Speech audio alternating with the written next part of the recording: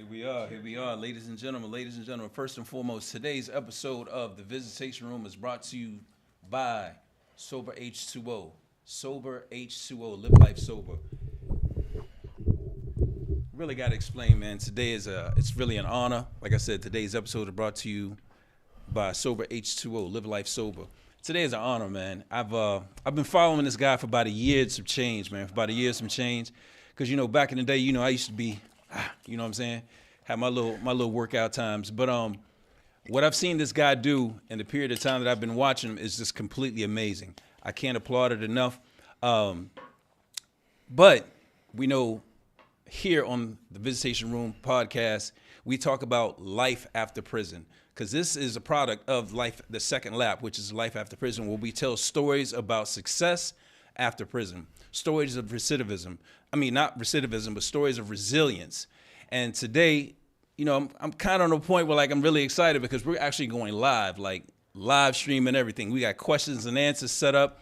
But today I got my main man, PG County's finest, Wali, big brother Abu Asada, the founder of Man Time Fitness. Glad to have you here today, What's going on, Doc? Man, we in here, man. Yeah, definitely. We're in the building. So I got to get straight to it, man. So it's about a year that I've been following, a year and some change I've been following you, right? Mm-hmm. Now, when I was incarcerated, we worked out, but you guys are on a whole nother level. You're on a whole nother level. I want to get to that in the end, but first off, what was your motivation to where you are now when it comes to the working out? Being in environments that require for you to be violent. You know what I'm saying? It's a requirement for you to be capable of violence while you in prison. Right. That's just the bottom line. Right. You know, man, some people ain't gonna make it home, bro. Exactly. They just not. So when you got a strong body, the mind will follow. When you have a strong body, the mind will follow. So I say it starts with, taking that first initiative and then just compound. Like whatever you're doing, in the fitness field, just compound it. Constantly try to get better at different modalities of training and, never stop learning, but just get better. Don't be stagnant. So my motivation, to answer your question, was being in a very violent prison. Yeah, I got you. You got to be physically fit. I got you. So let's go to that real quick, right? And I just want to touch on it briefly. So you were incarcerated where? I was in JCI, which was in Jessup, but then I quickly got shipped out to ECI, which is in Westover, Maryland. Okay. That's the largest prison in the state of Maryland. I was out there for about 2.5, and then I did my last year back home in my backyard of back there in Jessup. In Jessup area. Yeah, so Brock Bridge. They shut it down. Brock Bridge is no longer even, it's condemned. It's condemned. That zone was treacherous, but right. Yeah. So when did you go in? 2019? No, I came on 2019. Came on 2015. I'm tripping. 2015. And the years go by fast, man. Yeah, they do. When you focus, them years go by fast, man. You'll mix them around. I said 2019. Yeah, right? Most definitely, yeah. So 2015, you go in. Yeah. How old are you at the time? 19, 20. 20 I years just old. turned 20, yeah. Okay, and you got your charges, whatever they were. It's not important. You know what I mean? No fuddy-duddy stuff because you wouldn't be on you wouldn't be on my panel if it was. Of course. Non-violent for the new viewers. Non-violent crime. Okay. So you get incarcerated. Yeah. You're there. What was that initial experience like? Because you were obviously you were in the street. Yeah. You had things that were going on. Now you are basically in prison. What's that like at first?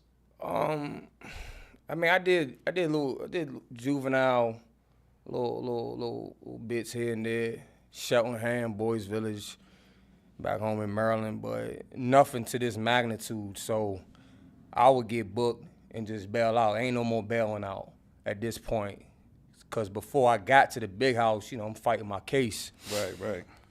But damn, once you get in that house, bro, it's like, it's real. It's real, you know what I'm saying? So my first thoughts was, damn, like I'm 20, my life over. You know what I'm saying? Yeah, but then I in got process, I'm like, you know what I mean? Because I like to have fun. I still do, but different types of fun. Halal fun, obviously. But Halal back fun. then, it's like I had so many plans and aspirations. A lot of them was haram. At 20 years old, I got to do 5 years. I came home in 4. At the time, like, damn, half my 20s is gone. What am I going to do? By the time I'm 30, I'm an unk. You feel me? So, long story short, I'm like, damn. Okay. So I coped with it the best way I could. You know, no drugs and none of the other foolishness some guys did. It just hit me. I'm like, bro, I'm in here. Yeah. I'm in here, and let's strap up. Let's do what we gotta do to get through this. Chin up, chest out. You right? feel me? Let's do what we gotta do to get through this. Okay, so the big house, as you call it, when you get there, and Yeah. just for my audience, he said 2 terms. He said halal and he said haram. Those one is permissible and the other is impermissible. These are the terms that we use in our culture, our way of life. So, but when you're talking about having fun, right? Yes. Let me ask you this: the transition, right? Because I'm just jumping past a bit. You know what I'm saying? Yeah, You're there's no need to even discuss those type things, Yeah. right? I'm jumping past a bit. When it comes to having fun, where are you at now when it comes to having fun? Pain. Pain? Your pain is fun. Yeah, like pain. Pain. Like put in some pain. Put in some pain and use that pain to make progress. So I'm outside. I'm in the parks. I'm in the gym. I'm in my backyard. At my, the spot that I'm staying at now in Houston. I got a nice backyard where everybody can have their own section. Right. My kids, my wife, some wild animals and whatnot that's roaming back there. But when you were in the inside of the big house, you worked out. That was the pain. That was considered fun. That's fun. Okay. That was fun to me. Duck walks all across the prison yard. Tampering. I said tampering. What's the word I'm looking for? Not tampering. That was a poor choice of words.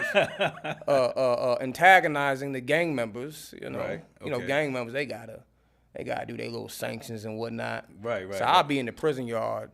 And people watching this, that really know me, because the COs, y'all can be in the comments and tell me if I'm bluffing. Right. I know COs that follow me. I know the same gang members who watching this probably know I'm talking about them. They know. We be antagonizing them gang members doing duck walks, the same little sanction you got to do. Yeah, we making fun out of that. Okay.